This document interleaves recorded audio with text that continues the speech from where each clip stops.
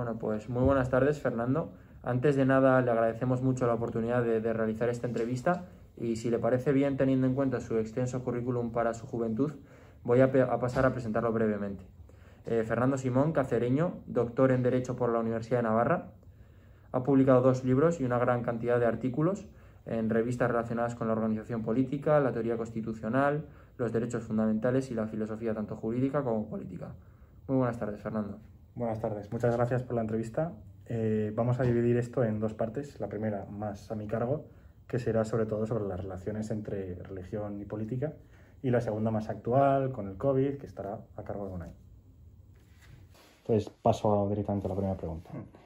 Es que en su artículo Fe, Política y Epidemia del ABC habla de la actual exclusión de Dios del ámbito institucional como pretendida neutralidad.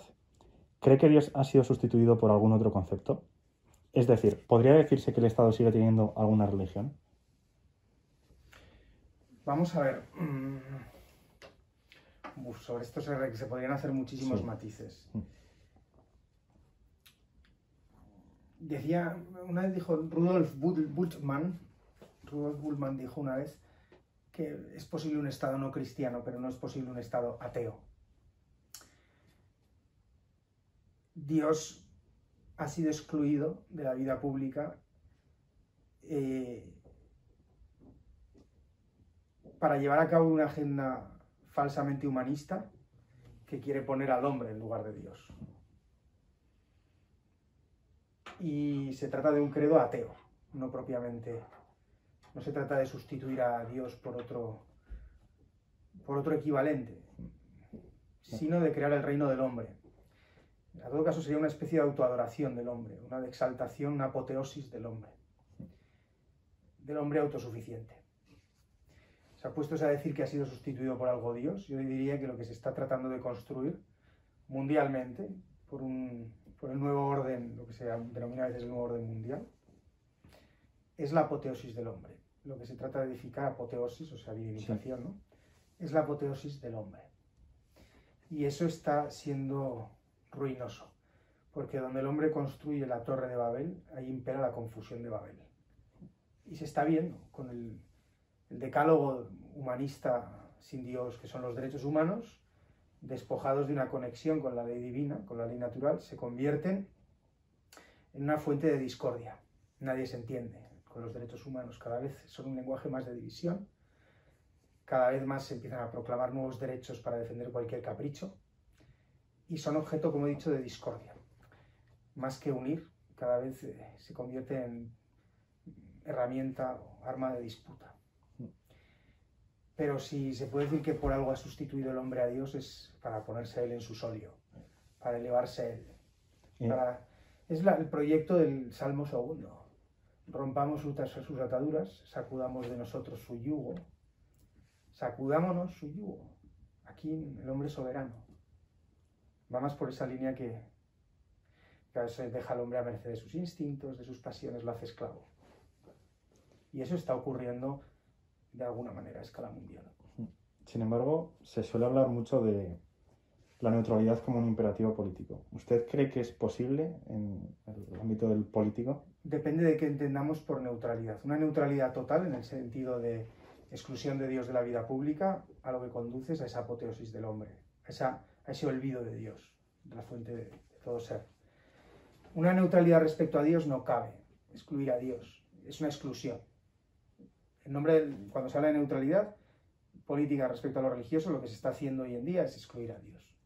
Y eso no es neutral. Lo que sí cabe es un trato equitativo a personas de las distintas religiones, una tolerancia de distintos cultos, un respeto a distintas sensibilidades. Pero siempre eso no excluye una manifestación, un despliegue público, simbólico de lo religioso, que normalmente se ha de hacer teniendo en cuenta la historia del propio pueblo. O sea, el tener cruces en los edificios públicos, el tener cruces en los actos públicos, el celebrar funerales de Estado. Eso no atenta contra el debido respeto a todas las religiones. Eso es sencillamente una manifestación de lo religioso propio de un país de raíces cristianas. Ser neutral respecto a eso, a lo que está yendo es excluir a Dios, o sea, porque tampoco lo que se ha puesto en su lugar, eso no es, como digo, es quitarse a Dios de encima. Pero entonces hay una neutralidad buena, hay una sana neutralidad, que es una neutralidad, la neutralidad del no privilegiar en una sociedad plural que admite a personas de diversos credos, no establecer como requisito para acceder a un cargo público, por ejemplo, el tener una determinada religión. Esa es la neutralidad que debe mantener el Estado.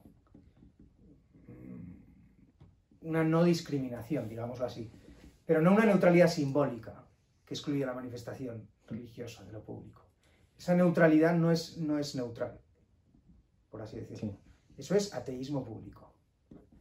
Esto conecta completamente con la tercera pregunta, que es que hay muchos que creen que un Estado confesional llevaría necesariamente a la injusticia social, a la discriminación y a los abusos de la Iglesia.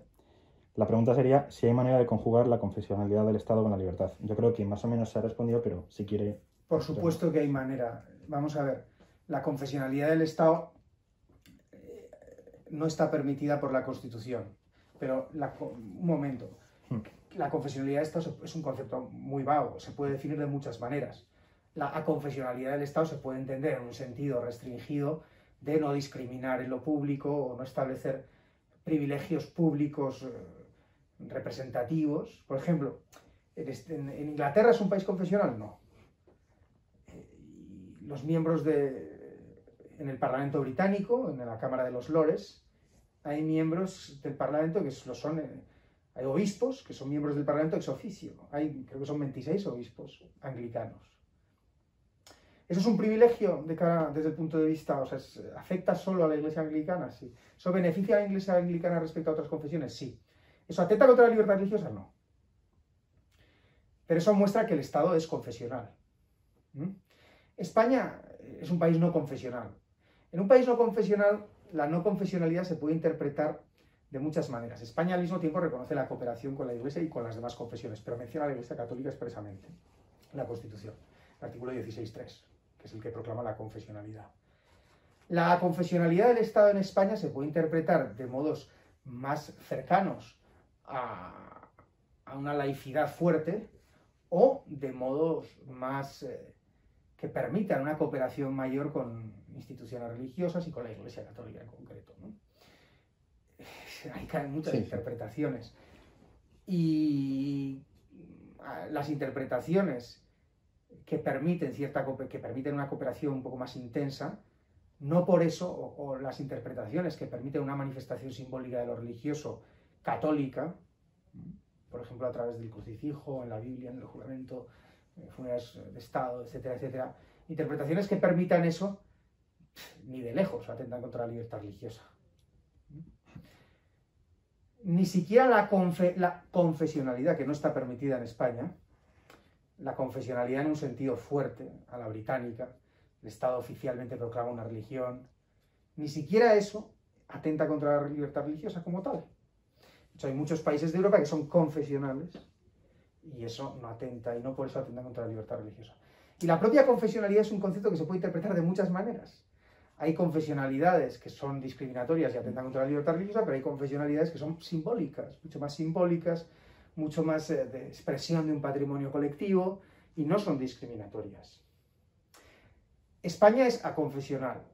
Como confesionalidad, los linderos de la confesionalidad y aconfesionalidad no son evidentes, ni son conceptos fluctuantes que se pueden interpretar de muchas maneras, que varían con la historia, su significado. En España hay un intento, por parte de muchos sectores, especialmente por la izquierda, tradicionalmente, de interpretar la aconfesionalidad de un modo que conduzca cada vez más al agnosticismo público. Parece que es evidente. Hemos desterrado a Dios de lo político, eso está claro, y lo dice en el artículo. Y yo creo que esto tiene dos efectos, política sin religión y religión sin política. ¿Cómo cree que ha afectado esto a la cosmovisión del cristiano en general? ¿Y sigue siendo capaz de llevar una vida consecuente incluso en lo político? ¿Cómo ha afectado a la cosmovisión del cristiano? Pues... Sí, igual... Hombre, el vivir en un contexto más hostil, por así decirlo, vivimos un contexto más hostil a la religión que hace 40 años. Es más, incluso en un contexto en muchos aspectos discriminatorio. O sea, en muchos aspectos nuestra sociedad trata peor a las personas por su fe. Se discrimina de una manera, por ejemplo, en relación con el derecho al honor. Hemos visto cómo el delito de ofensa a los sentimientos religiosos a veces se comete impunemente. Todas esas cosas, hay una vejación pública muchas veces de la religión que no se lleva a cabo con otros grupos, ¿no? O que no se tolera públicamente con otros grupos. Hoy no se tolera en los medios de comunicación ciertas manifestaciones que rocen siquiera a ciertos lobbies que defienden reivindicaciones relacionadas con una liberación radical del sexo, por ejemplo, y no voy a entrar más en concreto porque nos imaginamos qué lobbies son. Sin embargo, la vejación a la religión muchas veces se justifica de una manera, o se ve en la televisión de un modo impune, ¿no? Con ciertas cosas no se permite bromear, con otras sí. Y es algo dramático para la sociedad, porque que se acepte de esa manera la blasfemia, que es gravísimo, ¿no?, en la sociedad. Muestra que un estado de la sociedad lamentable, ¿no?, desde el punto de vista espiritual. ¿Qué es lo que está ocurriendo? Vamos, es así.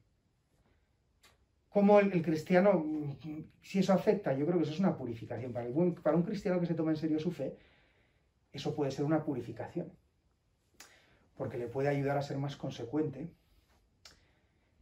Le exige tener una relación más auténtica con Jesucristo, tener una relación mucho más, menos condicionada positivamente por las circunstancias, sino al revés, más a contracorriente.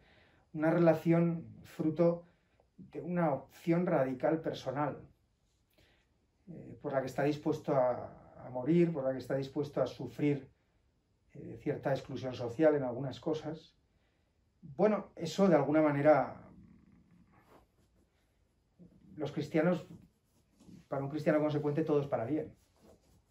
Sin embargo, ¿no cree que hay cierto sector? Ahora, efectivamente, esto hace que mucha gente claudique. Son pruebas, las pruebas siempre hacen que algunos claudiquen.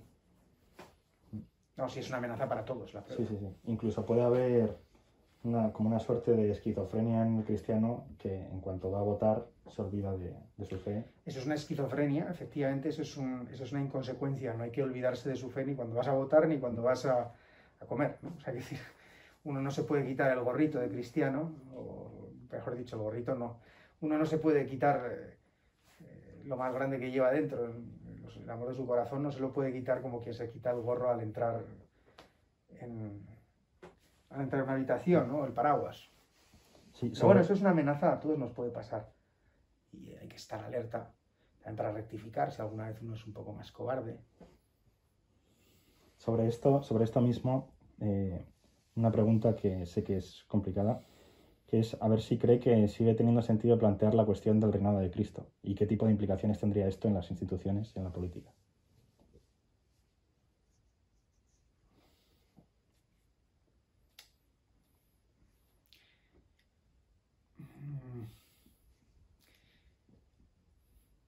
Vamos a ver, yo creo que no tiene mucho sentido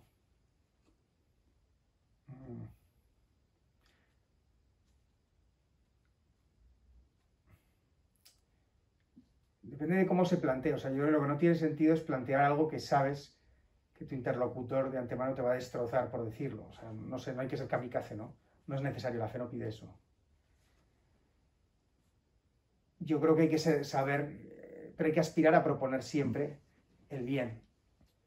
Y el bien, en última instancia, es efectivamente el reinado de Cristo.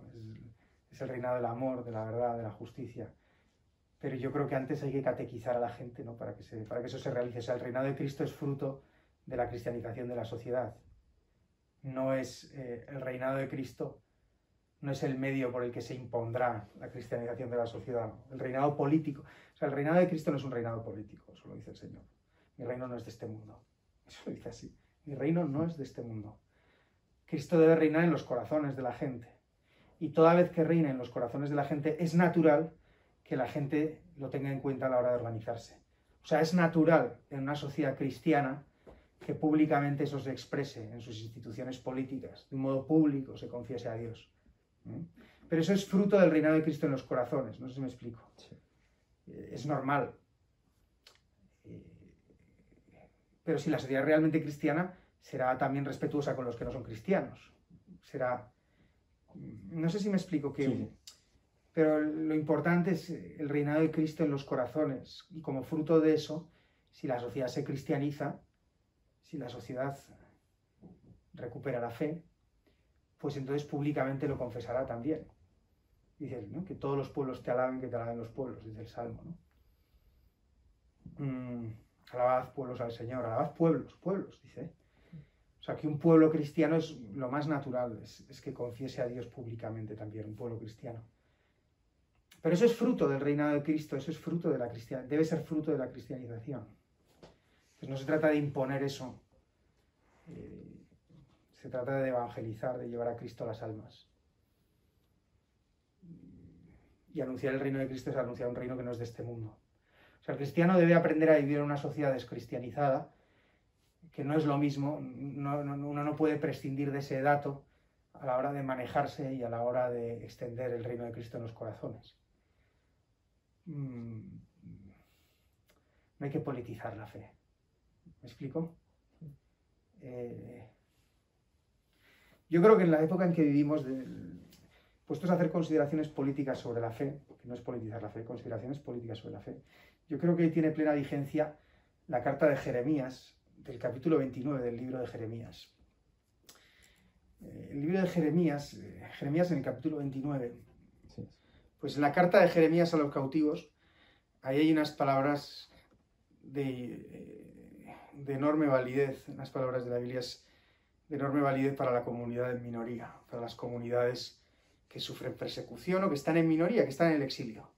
El cristiano, de alguna manera, en una sociedad pagana, una sociedad neopagana como la que vivimos, está en el exilio. Y tiene que leer la carta de Jeremías, es muy instructivo para un cristiano de nuestra época, me parece. En ella se habla eso de cooperar, de trabajar por la paz, luego de vivir normalmente, pues se les dice que tomen esposas, que se casen, que cultiven la tierra, que trabajen, que colaboren para el bien, que busquen la prosperidad de su pueblo, la prosperidad del pueblo en el que están cautivos, la prosperidad de la ciudad terrena, la prosperidad de las sociedades paganas en las que nos movemos, que en la medida en que prosperen esas sociedades racionalmente, en todos los ámbitos, políticamente, en la medida en que haya más justicia y haya más y haya bienestar, y que eso será bueno para ellos mismos, le dice Jeremías. Y luego dice unas palabras muy consoladoras, que es «Osio cogitationis pacis et non afflictionis». Yo, cuando pienso en ti, el Señor dice, palabra de Dios, cuando pienso en ti, pienso en palabras de paz y no de aflicción, de consuelo y no de aflicción. Las promesas del Señor no desaparecen, el Señor tiene palabras de... Dios piensa palabras de paz y no de aflicción.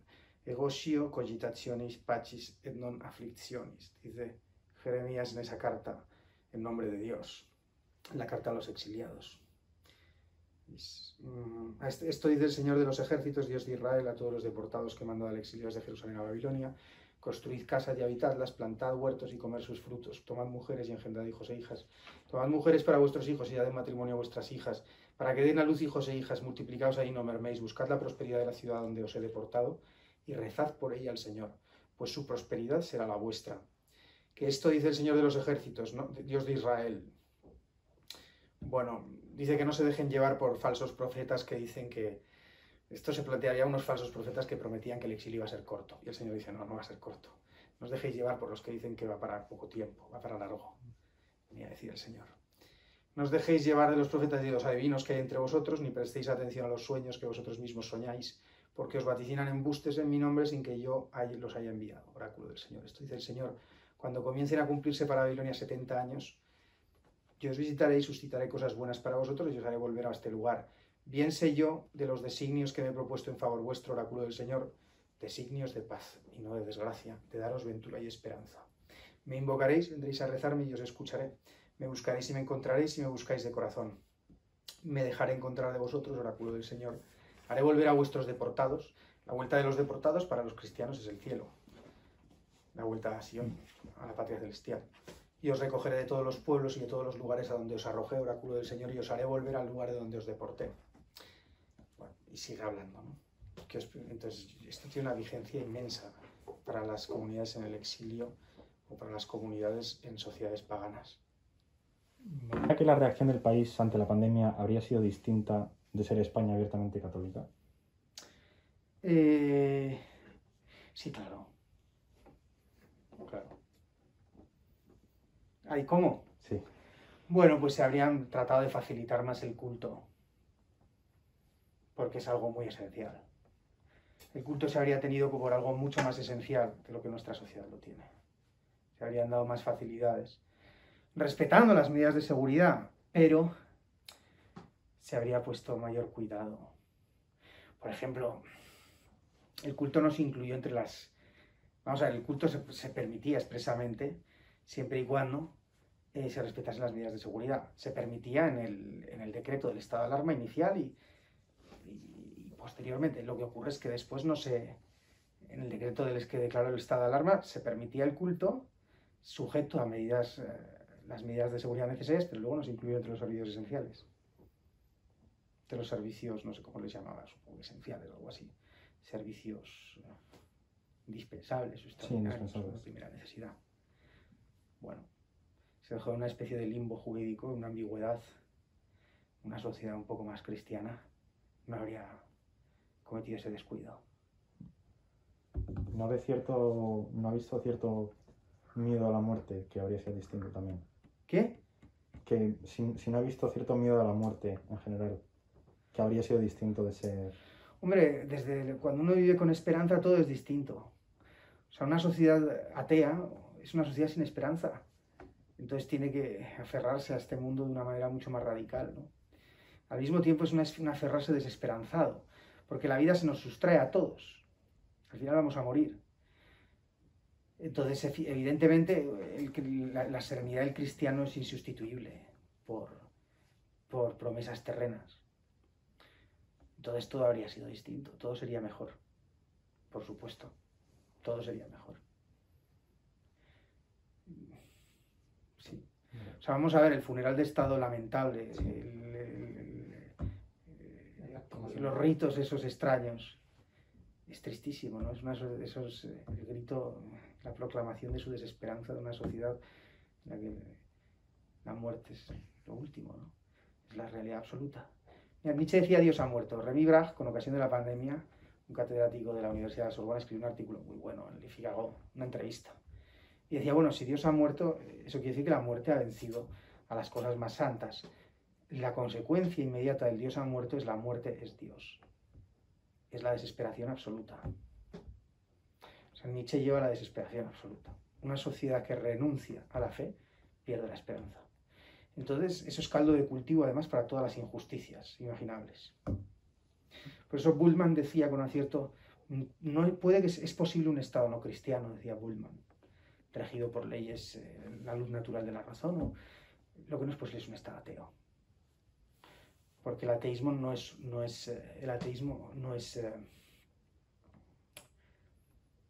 va contra la ley natural, contra el instinto natural.